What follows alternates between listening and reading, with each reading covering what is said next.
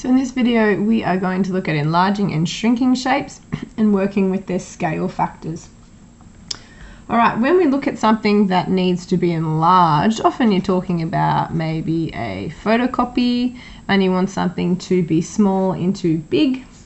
And we also kind of talk about maps as well.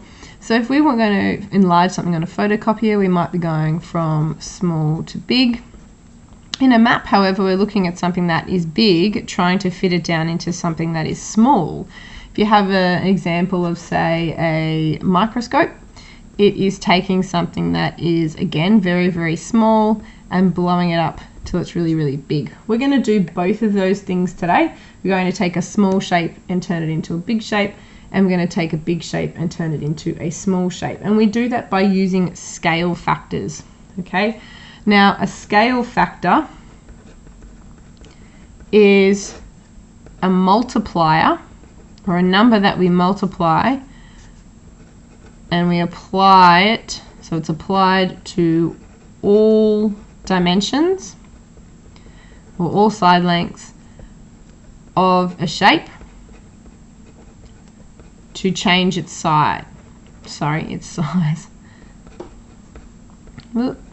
Right, its size. That's the main thing we're talking about here, is the size of the shape. So let's have a look at this first one. And we've got a triangle and 3 of its sides are 1 centimetre. We've got a triangle where all 4 of its sides are 4 centimetres. So we're going from our old shape, or our original shape, to our new shape. And that's what we need to think about things. Okay, our scale factor is going to equal our new shape dimensions, DIM for short, divided by our original dimensions.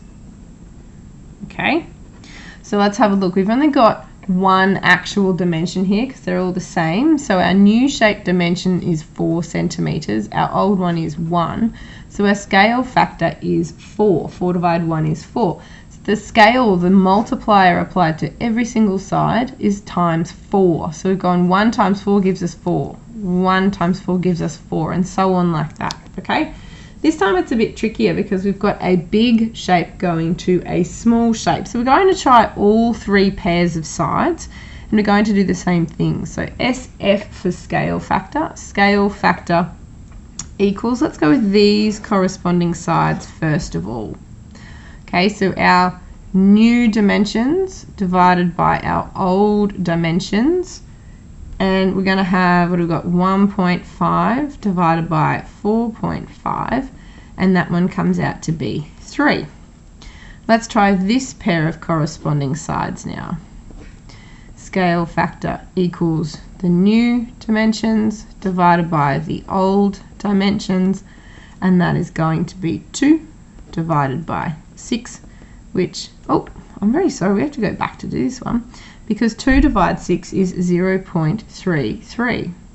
I've done it, a really common error actually, because what I've done is do this one divide that one. We're used to doing the big numbers divide the small ones, so it's good that I've made this error, because you can see if we actually get a calculator, 1.5 divide 4.5 is 0.33. Let's check our last set of sides. We've got a 9 and 3, so we have to be really careful. Once again, scale factor equals the new dimension, which should be 3, divided by the old dimensions, or the original dimensions. So we're going to make sure we do it right this time. 3 divided by 9. Now if we did 9 divided 3, we'd get 3, but we're doing 3 divided by 9, and that is going to give us 0.33. So this time we can see that because we've gone from a big shape to a small shape, the multiplier, or the scale factor, is actually less than 1.